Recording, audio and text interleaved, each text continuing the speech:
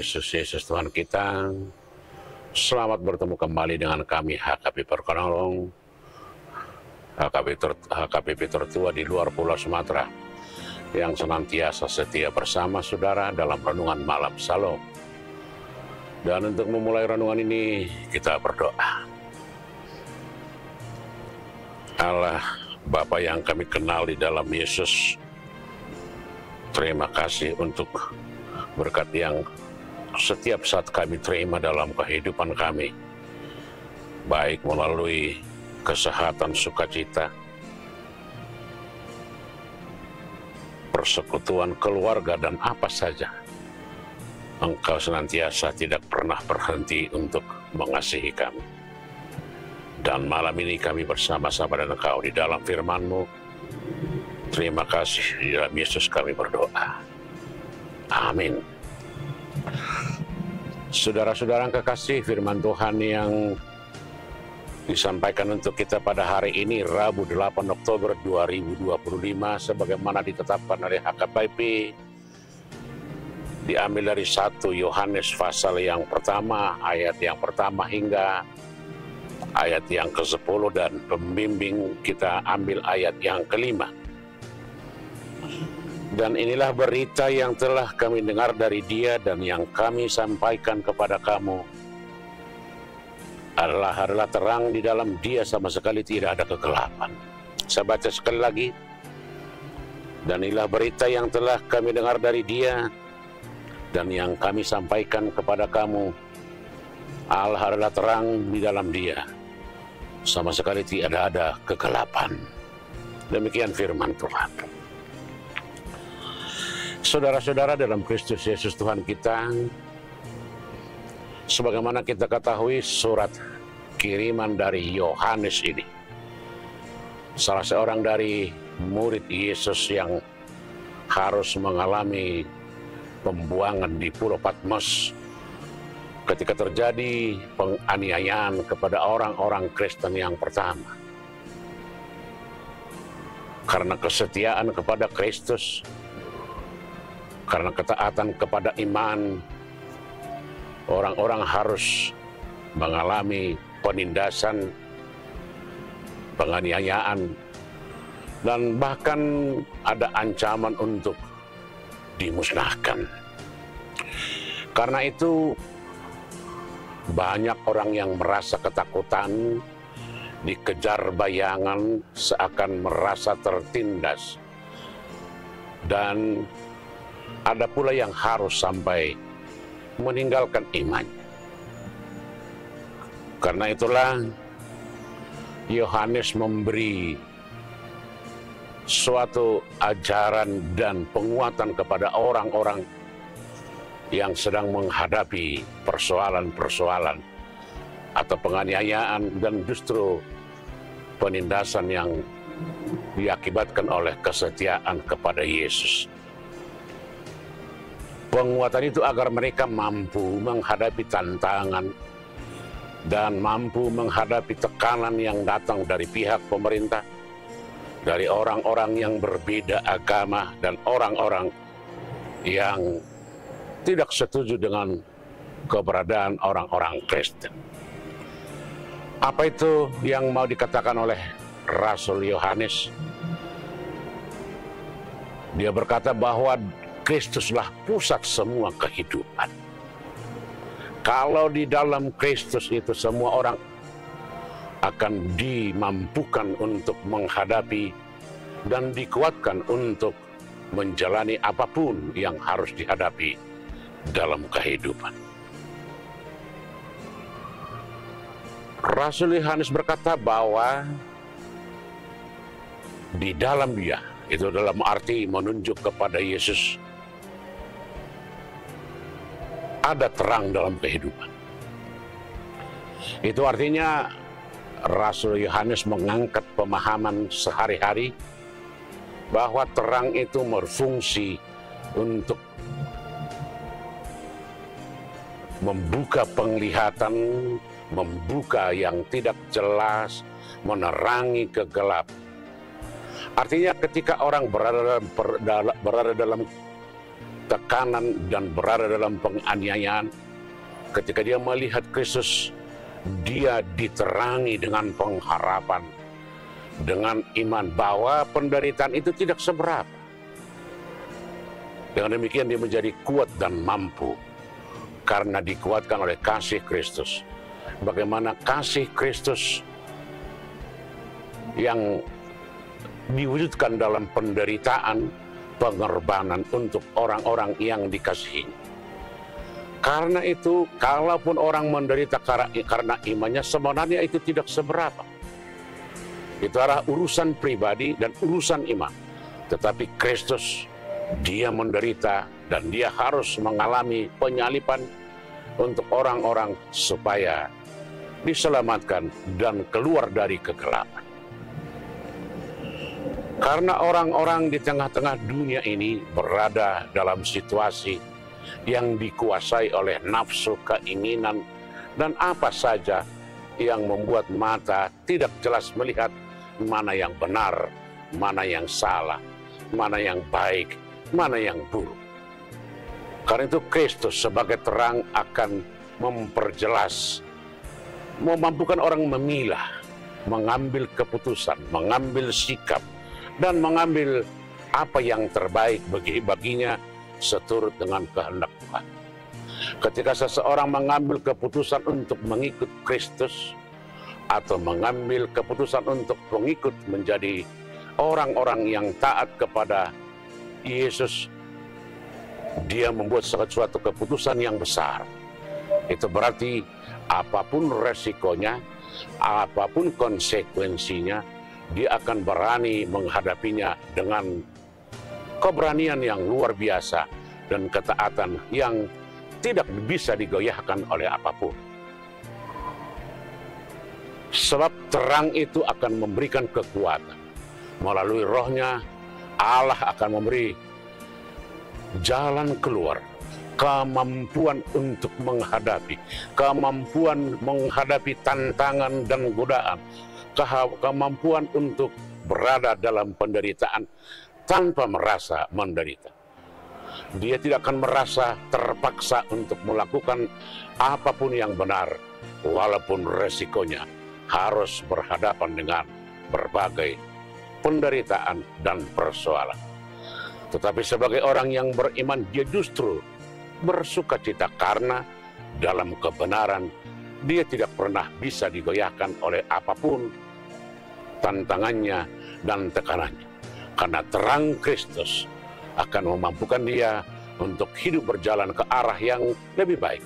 Namanya terang. Orang yang berjalan dalam kegelapan tidak akan tahu arah mau kemana dia berjalan. Tetapi orang yang berjalan dalam terang, dia akan mengambil jalan yang pasti, yang tidak pernah mengecewakan, karena segalanya akan kelihatan secara jelas dan secara pasti. Akhirnya terang itu akan mengusir ketakutan, membuang keraguan-raguan, dan membuat kepastian dalam setiap kehidupan manusia. Itulah Kristus. Maka hiduplah di dalam Kristus di zaman yang banyak sekali tantangan kita sekarang. Ketika kebenaran seakan-akan tidak lagi bisa kita lihat sebagai sebuah kebenaran, karena kebenaran tergantung kepentingan, karena kebenaran tergantung apa? Keputusan bersama. Tetapi kebenaran yang dari Kristus, dia harus menerangi segala kepentingan, segala keputusan bersama. Dia tidak bisa kompromistis, dia tidak bisa mengambil keputusan yang seturut dengan kehendak dan keinginan. Tetapi keputusan itu, sikap itu akan berada dalam jalan yang penuh kebenaran yang dari Kristus. Amin. Kita berdoa. Kami syukuri kasih-Mu Tuhan yang terwujud dalam kehidupan Yesus, yang harus melewati penderitaan kematian untuk keselamatan, membuka jalan bagi kami keluar dari kegelapan, masuk ke dalam terang yang sesungguhnya. Biarlah kuasa Roh-Mu yang menguatkan kami untuk mengikutnya dan melakukannya di dalam Yesus kami berdoa. Amin. Anugerah Tuhan kita Yesus Kristus, kasih setia Allah Bapa dan persekutuan dengan Roh Kudus kiranya menyertai saudara-saudara sekalian. Amin. Amang Inang semua jemaat HKBP Kernolong, untuk tanggal 12 Oktober nanti kita akan mengadakan pesta besar, yaitu pesta Gotilon bagi gereja kita. Karena itu perlu pemahaman apa itu pesta Gotilon. Pesta Gotilon adalah salah satu tradisi penting dalam gereja Batak, khususnya di lingkungan Huria Kristen Batak Protestan dan beberapa gereja denominasi Batak. Kata Gotilon berasal dari bahasa Batak yang berarti hasil panen atau buah berkat. Maka pesta Gotilon pada dasarnya adalah perayaan syukur atas berkat Tuhan, khususnya hasil panen dan rezeki yang diberikan sepanjang tahun. Maknanya dapat dipahami dalam beberapa hal. Yang pertama, ungkapan syukur kepada Allah. Pesta Gotilon menjadi wujud nyata pengakuan jemaat bahwa semua hasil kerja, panen, rezeki, dan kehidupan berasal dari Tuhan. Syukur ini diwujudkan dalam ibadah, doa, dan pemberian persembahan. Yang kedua, persembahan hasil terbaik. Dalam Gotilon, jemaat membawa hasil bumi, hasil ternak, atau berkat lain sebagai persembahan. Hal ini melambangkan pengembalian sebagian dari berkat yang sudah Allah berikan, sama seperti tradisi umat Israel mempersembahkan hasil sulung mereka. Yang ketiga, pemeliharaan kebersamaan. Pesta Gotilon biasanya dirayakan dalam suasana meriah, penuh kebersamaan, makan bersama, dan saling berbagi. Artinya, pesta ini tidak hanya bersifat individual, tetapi meneguhkan ikatan sosial dalam jemaat. Yang keempat, pengajaran iman. Lewat Gotilon, jemaat diajar untuk tidak melupakan Tuhan. Di tengah keberhasilan atau kelimpahan, setiap panen atau rezeki bukan semata hasil usaha manusia, tetapi tanda kasih karunia Allah. Yang kelima, solidaritas diakonia. Dalam praktiknya, hasil Gotilon juga bisa dipakai untuk mendukung pelayanan gereja, membantu yang miskin, atau membiayai kebutuhan sosial. Jadi pesta ini mengingatkan bahwa berkat yang diterima bukan hanya untuk diri sendiri, melainkan untuk kesejahteraan bersama. Dengan demikian, makna pesta Gotilon bukan sekadar pesta adat atau tradisi tahunan, tetapi menjadi momentum iman, mengingatkan jemaat bahwa segala sesuatu berasal dari Tuhan. Dan bahwa hidup yang diberkati harus diteruskan dengan rasa syukur, solidaritas, dan pengabdian kepada Allah serta sesama. Saudara-saudara, marilah kita bersama-sama mendukung pesta Gotilon ini agar menjadi sukacita bagi Tuhan. Tuhan memberkati kita semua. Amin. Shalom, orang Amang Inang, jemaat HKBP Kernolong. Dalam rangka mensyukuri kasih Tuhan, panitia telah menyiapkan serangkaian kegiatan yang bukan hanya mengisi kebersamaan kita, tetapi juga mempererat persaudaraan dan meneguhkan iman kita bersama. Izinkan saya menyampaikan susunan acara perayaan ini. Pertama, pada hari Sabtu 13 September akan dilaksanakan berbagai perlombaan. Kita akan mengadakan perlombaan catur, perlombaan menghias nasi goreng. Kita akan melanjutkan dengan perlombaan karaoke, baik untuk kategori anak-anak maupun orang dewasa. Kedua, pada Sabtu 20 September 2025, kita akan bersama-sama mengadakan ibadah syukur dalam rangka HUT ke-106 HKBP Kernolong. Ketiga, pada Sabtu 4 Oktober, kita akan melaksanakan kegiatan Payas Joro, yaitu pembersihan gereja dan lingkungan sekitar gereja. Keempat, pada Minggu 5 Oktober, di setiap jam ibadah, kita akan merayakan perjamuan kudus. Dan terakhir, sebagai penutup rangkaian kegiatan, pada Minggu 12 Oktober, pukul 08 WIB, kita akan merayakan ibadah puncak sekaligus perayaan Pesta Gotilon. Saudara-saudara yang terkasih dalam Kristus, hasil dari Pesta Gotilon diperuntukkan sebagai operasional gereja kita untuk mendukung kelancaran seluruh kegiatan pelayanan pemeliharaan, sarana prasarana, serta berbagai kebutuhan gereja sehari-hari. Untuk itu, panitia telah melakukan berbagai upaya pengumpulan dana antara lain Silua. Silua adalah bentuk persembahan atau rasa syukur sebagai wujud terima kasih atas berkat Tuhan dalam pekerjaan dan kehidupan sehari-hari yang dibawakan kepada Tuhan melalui gereja. Wiksel kegiatan penjualan makanan dan barang yang dilaksanakan setiap hari, minggu pagi dan siang. Penjualan penjepit dasi dan bros.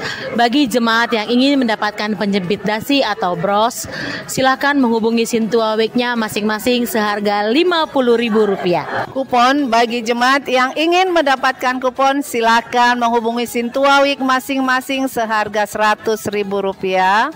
Celengan keluarga, setiap jemaat dapat mengumpulkan persembahannya melalui celengan yang telah dibagikan. kepada masing-masing keluarga sesuai dengan tema kita. Hendaklah masing-masing memberikan menurut kerelaan hatinya, jangan dengan sedih hati atau karena paksaan, sebab Allah mengasihi orang yang memberi dengan sukacita, yaitu tertulis di dalam 2 Korintus 9 ayat 7. Donasi tunai atau transfer jemaat yang ingin memberikan persembahan dapat menyalurkannya melalui Bank BRI atas nama Pelita Ferawati, nomor rekening 0965 0100 0008 567 atau melalui QRIS yang terdapat pada gambar berikut.